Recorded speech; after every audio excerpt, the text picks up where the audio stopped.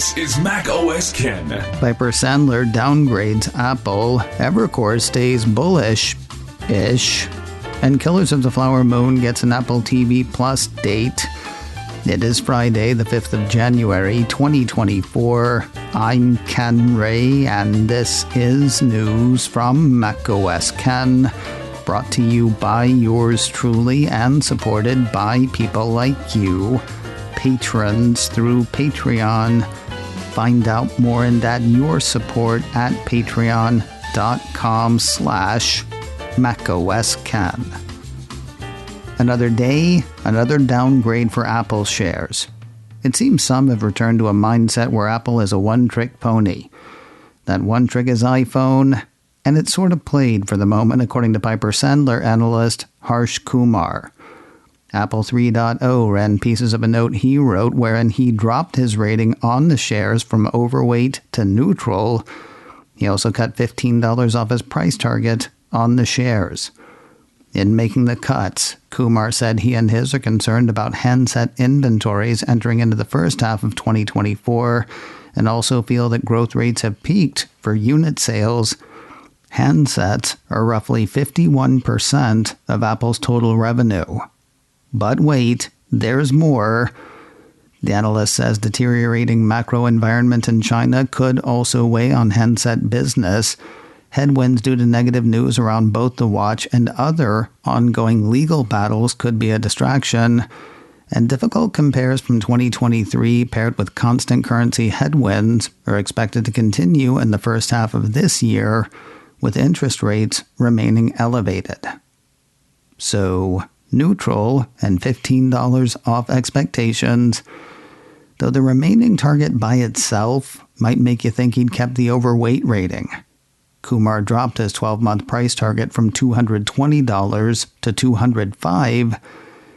That's pretty far north of Apple's current share price, just shy of $182.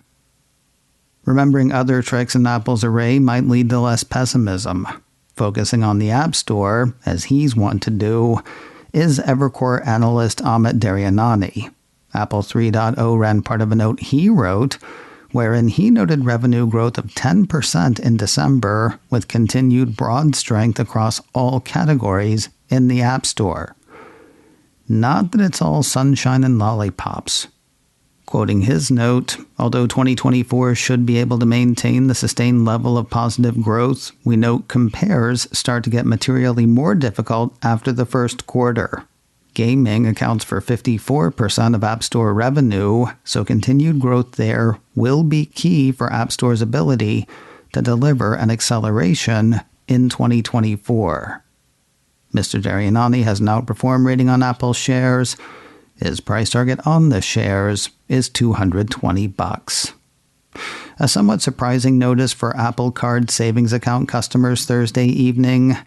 Apple Insider says the annual percentage yield, or APY, on the accounts has risen to 4.35%. That's according to a message that showed up on the iPhone's Wallet app on Thursday. Now, if it seems like that rate just increased, it's because it did. The high-yield accounts launched with an APY of 4.15% in April. There it stayed until the 21st of December, when it was up to 4.25%. Now, just about 2 weeks later, it's up again. If your Apple Music is not syncing between devices, it's not just you. A piece from Mac Rumors says some folks have been unable to sync their Apple Music library between their iPhone and their Mac over the past few months. Affected people are getting an error message saying, "Genius results can't be updated right now. An unknown error occurred. 18004. Genius. Unknowns in the mix include why it's happening, how many it's affecting, what Apple can do about it, and when it might. Mac Rumors has reached out to Apple on the issue and patiently awaits their reply. If you're a member of Apple's Public Testers Association, not its name, really wish it were, there's something new for you to do. download the second public beta of macOS Sonoma 14.3. Mac Rumor says that was seeded to the public testing peeps on Thursday. If you're in the Public Beta Association program thing, you know what to do. If you're not and don't but wish you were, get more info at beta.apple.com. If your new year includes turning over a new leaf health-wise, there are new offerings on the way for Apple Fitness Plus. TechCrunch says new content for the premium fitness service includes a new meditation theme called Sound that'll have meditations running 5 minutes, 10 minutes, or 20 minutes in duration. Each will feature sounds meant to soothe and relax users, according to the report. A new workout program called Strength, Core, and Yoga for Golfers is on the way. Artist spotlights with Super Bowl halftime show performers featuring this year's headliner Usher, as well as Rihanna, Britney Spears, and U2. All halftime performers from years past are coming. And new celebrities are taking time to walk, including Today Show co-host Al Roker, drag queen Trixie Mattel, YouTuber and comedian Lily Singh, actor and rapper Common, and Euphoria star Coleman Domingo. The new Fitness Plus content starts rolling out next Monday, the 8th of January. Before the original iPhone came out, I knew beyond a certainty that the one thing I absolutely had to have was a full, physical, QWERTY keyboard.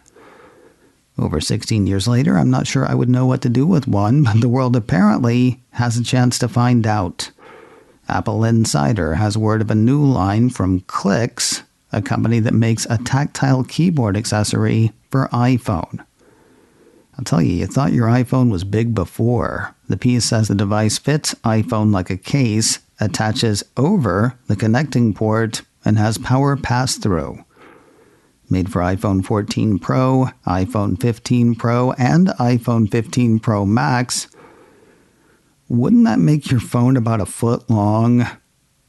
Why curse the darkness? Especially when the keys on the thing are backlit. If you're looking for downsides, well, there's the fact that your phone will be about a foot and a half long.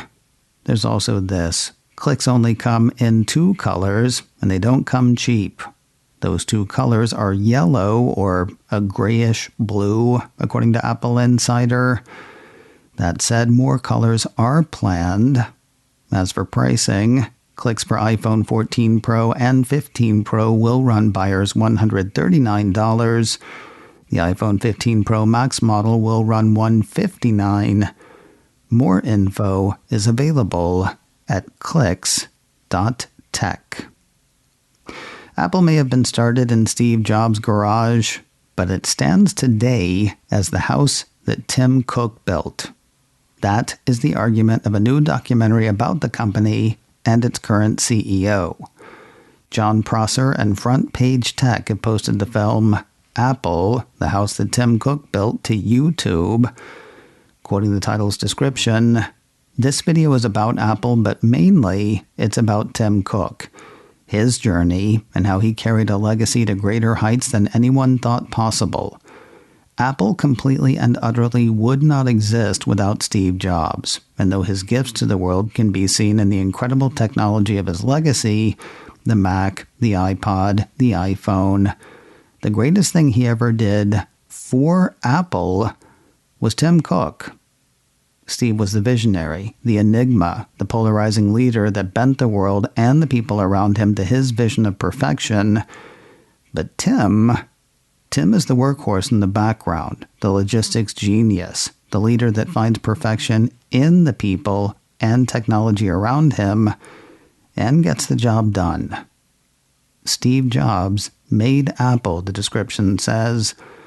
Tim Cook made Apple the most successful company on the planet. Here's how he did it.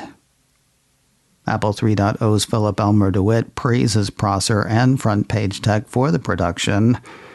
Clocks in at about 30 minutes long. I have not seen it yet, but look forward to doing so this weekend. You can find Apple, the house that Tim Cook built, now on YouTube. And finally today, the most anticipated movie to hit Apple TV Plus since its inception finally has a date for the Cupertino streamer. Engadget says the Martin Scorsese epic Killers of the Flower Moon will hit Apple's streaming service 1 week from today. I know you know what this one's about, but a sense of completion pretty much requires that I remind you. Apple Insider described the film last year, based on the true story of the Osage murders in the 1920s. The description said after the discovery of oil, the Osage Nation became overnight millionaires, which resulted in the attention of greedy opportunists who extorted and embezzled before turning to murder. The film's got a cast that will not quit. It includes Leonardo DiCaprio, Lily Gladstone, Robert De Niro, Jesse Plemons, John Lithgow, and a really interesting turn by Brendan Fraser. The road from the cinema to streaming has been an interesting one. The film opened in theaters on the 20th of October last year. Sales and rentals through video on demand landed on the 5th of December. Now, at long last, it takes its place with Ted Lasso and Mythic Quest. Killers of the Flower Moon hits Apple TV Plus next Friday, the 12th of January. macOS Can, brought to you by me, and supported by people like you, patrons through Patreon. Find out more and add your support at patreon.com/macOScan. Advertising handled by Backbeat Media, online at backbeatmedia.com. You can reach me a couple of ways. Info at macoscan.com or call 716-780-4080. Until next time, that is news from macOS Ken. I'm Ken Ray.